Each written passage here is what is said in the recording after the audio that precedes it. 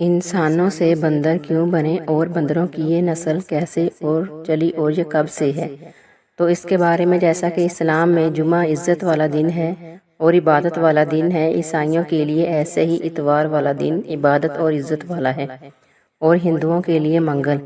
اسی طرح یہودیوں کے دن عبادت کا دن ہفتے کا دن تھا، یہ محترم دن تھا، مگر فرق ان میں اتنا ہے کہ اسلام میں صرف ان لوگوں پر جن پر جمعہ کی نماز فرض ہے، جمعہ کی پہلی اذان سے ختم نماز تک وہ دنیاوی کاروبار ان پر کرنا حرام ہے۔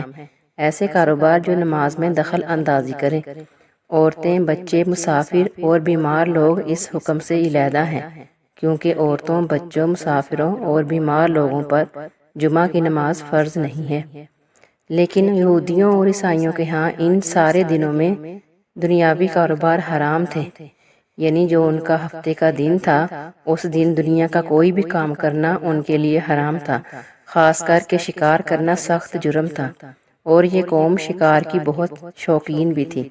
حضرت موسیٰ علیہ السلام کے بعد یہ واقعہ پیش آیا کہ بنی اسرائیل کی ایک جماعت بحر کلزم کے کنارے شہر ایلا میں رہتی تھی۔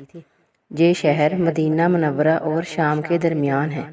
یہ لوگ مچھلی کے بہت ہی زیادہ شوقین تھے۔ رب کی شان یہ کہ ہر ہفتہ والے دن اس دریا میں بے شمار مچھلیاں ظاہر ہو جایا کرتی تھیں۔ اس مچھلیوں میں ان کا امتحان تھا کہ اللہ کی عبادت کرتے ہیں، اس کا حکم مانتے ہیں، یا مچھلی کا شکار کرتے ہیں۔ لیکن جو باقی دن تھے ہفتے والے دن کے علاوہ، ان دنوں میں مچھلیاں کم ہو جایا کرتی تھیں۔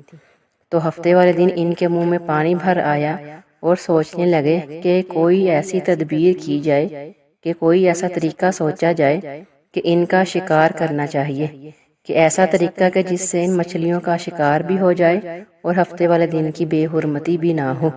آخر انہوں نے یہ حیلہ سوچا کہ دریا کے ارد گرد بہت سے گہرے غار کھود دیے اور دریا سے اس غار تک نالیاں بنا دی کہ جمعہ کی شام کو ان نالیوں کا منہ کھول دیتے اور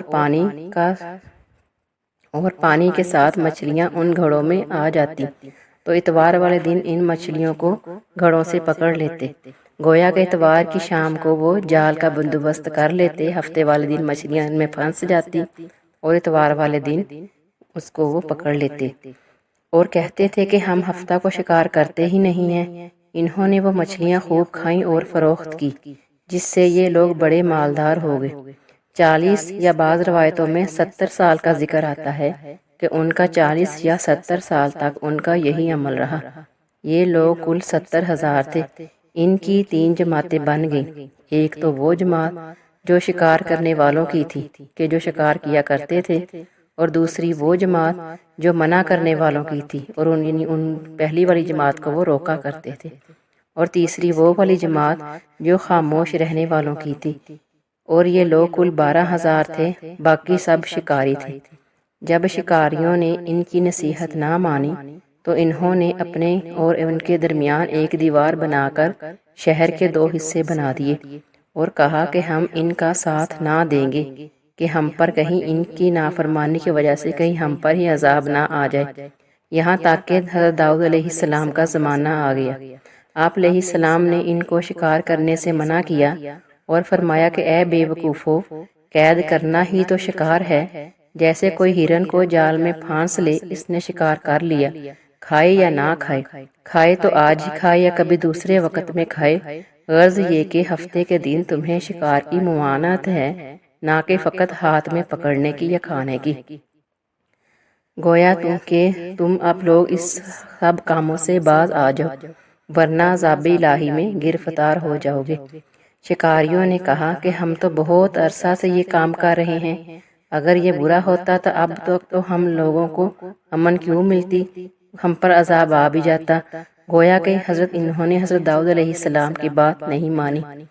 تب حضرت داؤد علیہ السلام نے اللہ سے یہ دعا فرمائی کہ جس کی وجہ سے اللہ تعالیٰ ان پر غضب آ گیا، اور وہ رات میں سب کے سب بندر بن گئے، یا جوان لوگ بندر بن گئے، بوڑھے لوگ سور بنا دیے گئے۔ یعنی یہ روایتیں مختلف آتی ہیں، بعض روایتوں میں آتا ہے کہ سب کے سب بندر ہو گئے، اور بعض روایتوں میں آتا ہے کہ جوان لوگ بندر بن گئے اور بوڑھے لوگ سور بنا دیے گئے، ان کی عقل و حواس تو باقی رہے مگر ان کی قوت گویائی جاتی رہی، جسموں سے سخت بدبو نکلنے لگی۔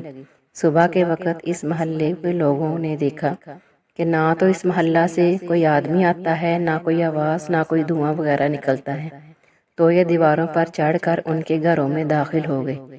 وہ بندر ان کو دیکھ کر ان کی طرف دوڑے اور ان کے قدموں میں گر کر لپٹنے لگے اور ان کے کپڑے سونگھتے اور روتے تھے۔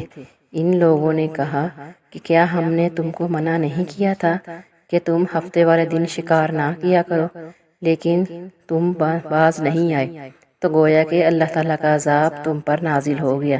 وہ بندر سر ہلاتے اور آنسو ان کے رخساروں پر بہتے تھے۔ اس حال پر ان کو 2-3 دن ہی گزرے تھے کہ سب کے سب ہلاک کر دیے گئے۔ لوگوں میں یہ بات مشہور ہے کہ بندر کی نسل اسی قوم سے چلی ہے، لیکن یہ بات سراسر غلط ہے، کیونکہ اللہ تعالیٰ کا قانون ہے کہ جب کسی قوم پر اللہ تعالیٰ کا عذاب آتا ہے تو اس سے نسل نہیں چلتی، وہ 2 دن یا 3 دن، اس سے زیادہ وہ لوگ زندہ نہیں رہتے۔ اس لیے جو بندر اور خنزیر وغیرہ اب موجود ہیں یہ تو ان سے پہلے کی نسل ہیں جو اب نسل چلی ہے، لیکن ان سے پہلے کی ہے، لیکن یہ جس قوم پر عذاب نازل ہوا تھا وہ قوم والے سب کے سب ہلاک ہو گئے تھے، ان میں سے کوئی بھی زندہ نہیں بچا۔